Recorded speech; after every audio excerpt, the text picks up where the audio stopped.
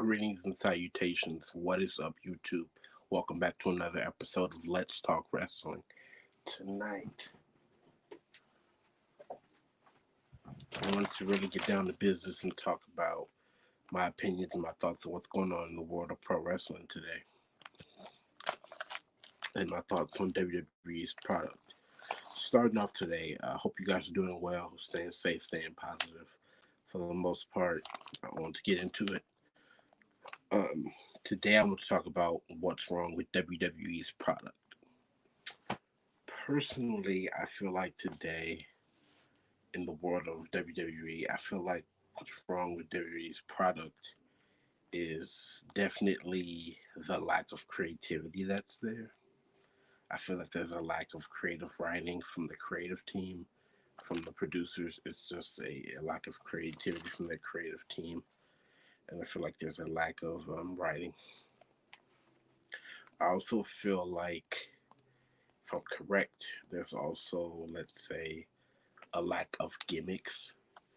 When you have so many gimmicks that you could be creating, you could be giving everyone a role on your roster to play some kind of a role. Like, one of my favorite eras was the Ruthless Aggression era back in the 2000s. And I look back at the Ruthless Aggression era, where in the Ruthless Aggression era, everyone almost pretty much had a role in WWE on the roster. Whether it was SmackDown, Raw, ECW, whatever, somebody had a role on the roster. And it looks like everyone pretty much had a gimmick. You know, when you think about gimmicks like The Undertaker, where he's basically a dead man. You think about gimmicks like Kane, where he's pretty much similar. You think about gimmicks like Rey Mysterio, where he's this masked luchador wrestler. So you think about certain gimmicks in the WWE. I think one of the problems is the lack of gimmicks and the lack of characters that's in WWE. There's not enough original characters that's there. So I think that if they somewhat give some of the mid-card guys on their roster a role or gimmick to play, it could kind of make things better. Letting everyone on your roster have a gimmick or creative role. Therefore, one of the problems, the first problems, is the lack of gimmicks. The second problem is that WWE is failing to make the episodes feel more realistic. I feel like there's a lack of it feeling realistic. When you watch AEW, it feels realistic. You know, Ring of Honor, Impact, a lot of other brands and promotions feel more realistic. I think this falls under the fact that them being their rating is TVPG. So I think that the PG rating is kind of one of the problems. I think that if they go back to TV 14, it could kind of bring more of that realisticness back to how it felt, and it feeling more mature and relating to a more mature audience and mature fans that watched. Because their biggest attraction for a while was teenagers and adults. So if they could bring and relate to that audience and that age group of teenagers and adults, with the rating being TV 14, it would make things more better. So I feel like it's the TV rating of being PG one of the problems. I believe so. One of the other problems is the lack of being spontaneous. There's a lack in WWE where they're not spontaneous. You think about them not keeping the same guys in the main event picture. You know, I Roman Reigns is a big name in WWE, and he's pretty much carrying the brand now. But when you think about names like Roman Reigns or Seth Rollins or guys from the Shield, a lot of those names have been kept in the main event spot for a while. So I think about guys that's also been there longer before guys that were in the Shield. You think about guys like The Miz. You think about guys like Kofi Kingston. You think about guys like Dolph Ziggler, which I'm not a Ziggler fan at all. But you think about those names. Why not make someone like Miz be a main event guy, or be a good guy, or be somebody that can run with the title, of the WWE Championship or the Universal title? So these are just names where you think about other names on that roster. Kingston's pretty much good. Is it good? Great in the ring. He's talented. Great performer in the ring. Athletically talented. What if you give someone like that a main event shot and you have him turn heel and be in a main event? That's something interesting. Why not see someone like a Kofi Kingston turn heel and become a main event guy as a heel, similar to what they did with Reigns, putting him in the bloodline? One of the problems is the lack of stables. There's not enough stables in WWE. Very rare and very once in a while do we get a new stable on the roster. When you think about stables, you think about names like Evolution, The Shield, Nexus, the New Day, stables like that. Very the Ministry of Darkness. So things of that nature, very rare and very once in a while do we get stables on the WWE roster. I think there's a lack of creating staples.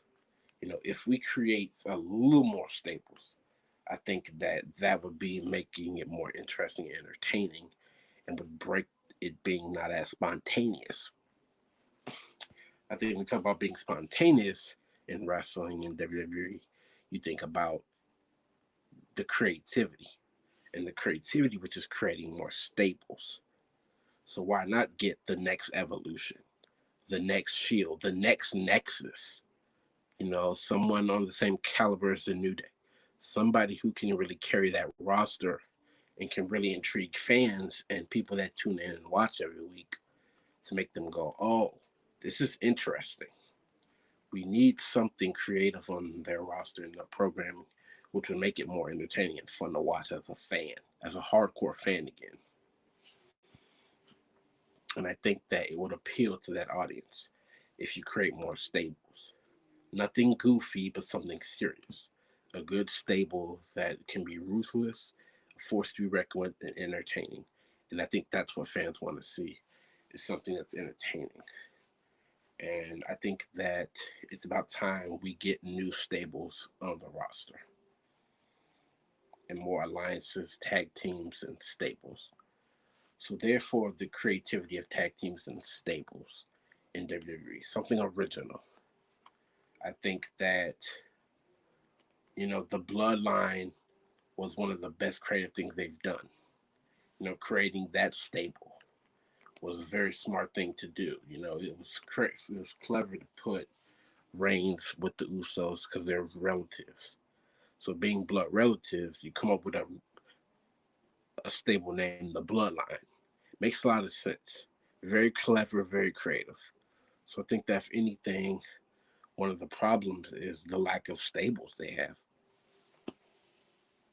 The next thing I want to talk about tonight, and the last problem with WWE's lack of creativity, is also, not being enough storylines. When you watch a lot in recent years, you realize that in WWE programming, there's a lot of challenges. Every week there's a challenge. This week it was a challenge. Last week was a challenge. Someone's get challenged to a match. Every week there's some sort of challenge. So I feel like if they break up challenges, everything being a challenge, it would make things more entertaining than just break up challenges. Am I live? Yes, you are. Hmm? Yes, you are. Hey, y'all. You can't be seeing. I'm in a video right now. Sorry. I know you like her.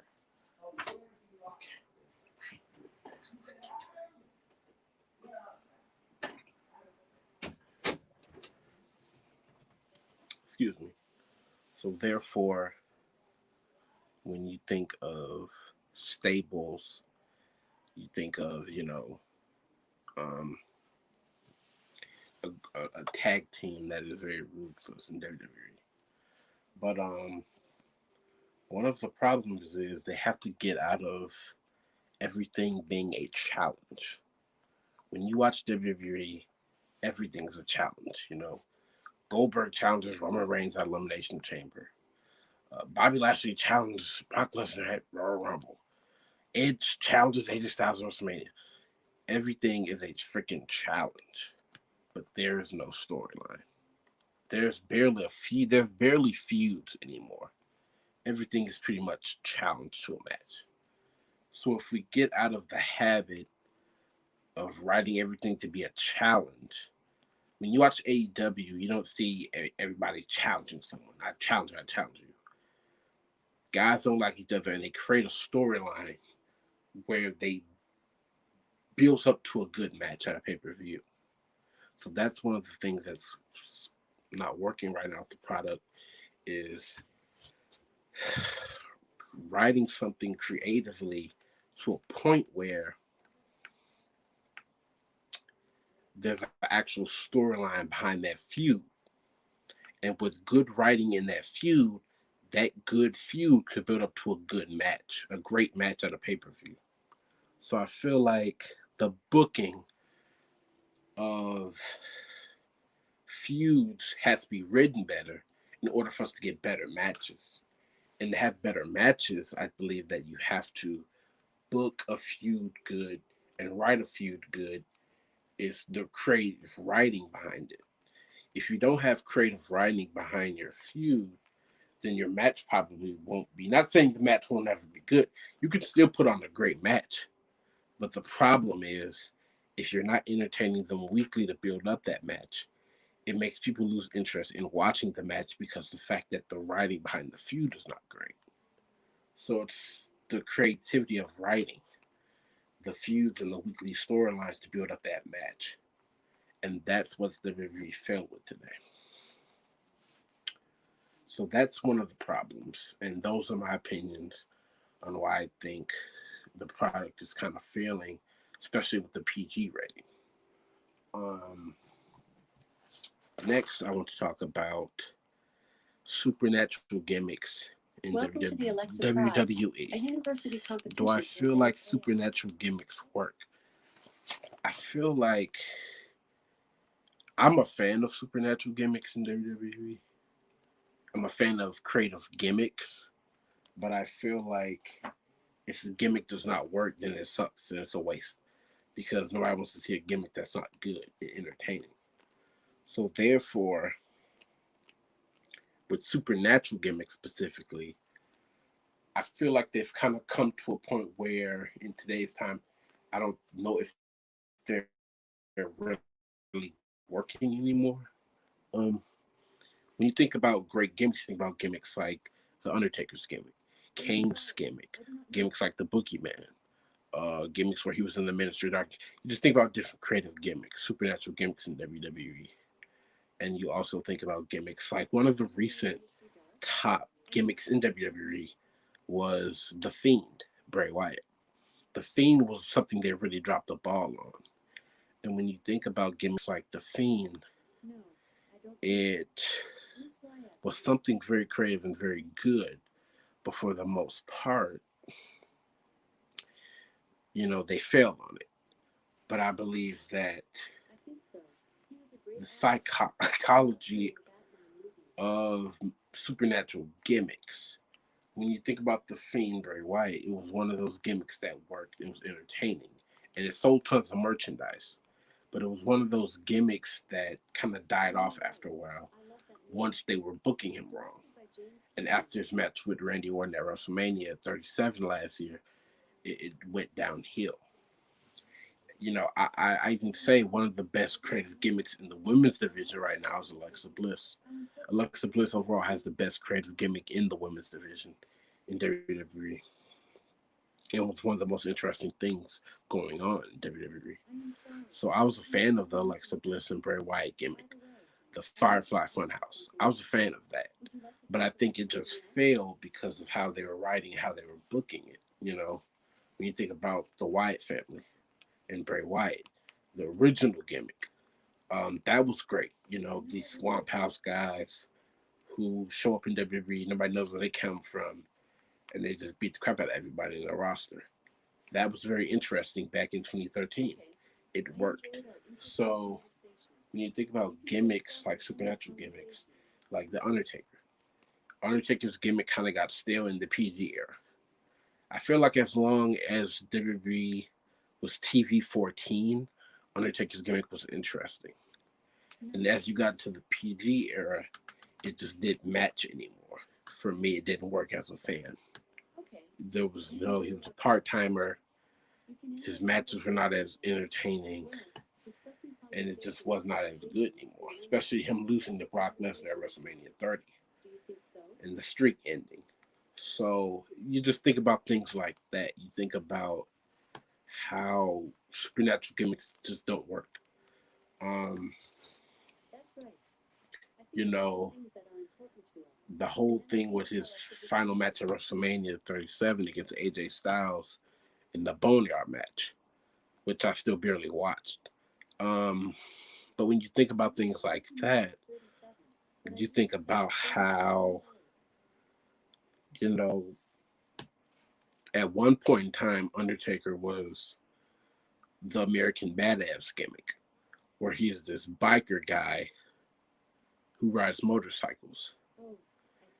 And when you think about things like that, in 2004, years ago, he shows back up as the Dead Man, the Phenom. So you think about certain things like that. You think about things that just don't work and certain gimmicks that do not work. And you think about certain gimmicks that just kind of are not creative and phase out. And, you know, like with Kane, same thing. He was the big red machine. And then all of a sudden, he was corporate Kane, where he comes out wearing a suit, joining forces with the authority. That was awful. So I think supernatural gimmicks right now, you think about the Demon King Finn Balor.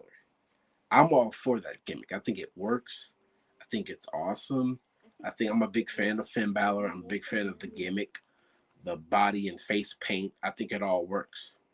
But I think that can they be more creative and use it well? You know, supernatural gimmicks just, it's at a point where it's kind of come to a close in pro wrestling.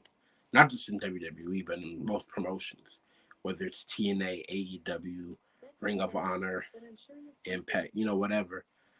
All Japan, New Japan, Lucha Underground, any promotion it is, I feel like it's just at a point where, you know, you have to be very creative and very out of the box with these gimmicks. And you have to make these gimmicks feel realistic. When you watch Baron Corbin as King Corbin, and he won King of the Ring a couple years ago, you think about his interests. His gimmick being similar to like a Game of Thrones type of theme. And him sitting on a throne with swords in the back and everything. Something creative. Awesome theme music, awesome promos, awesome videos where he's in the back somewhere. You think about the lack of creativity with supernatural gimmicks, and you think about how they just don't work and how they come to a close. Next, I'm talking about the fall of the roster. I feel like right now in the company, You think about a lot of rosters, a lot of releases that were made. Um, with a lot of the releases that were made in WWE recently, it's left them a roster full of mid card guys. And I think that when you have a roster full of mid card guys, that could be one of your issues. Because when you don't have main event caliber on your roster, then it kind of loses fans' interest and it loses ratings. I'm one of those people that's still a faithful watcher, either way. But I feel like the entertainment value has went away because of the fact that you don't have enough main event caliber.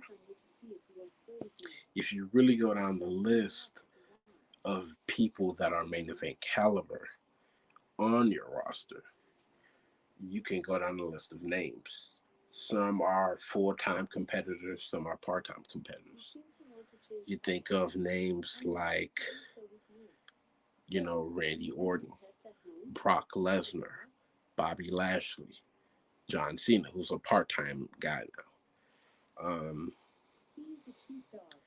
You think about Roman Reigns, um, Edge, AJ Styles, um, Drew McIntyre. Um,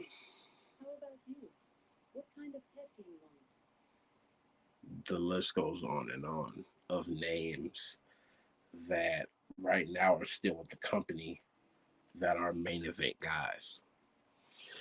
So when you think about guys on the roster that are main event guys, it's probably 15, 17 mid team, maybe guys in that roster who are main event caliber.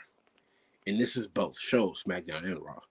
So when you think about guys like that with that roster having main event caliber, you think about it's very few guys they have left.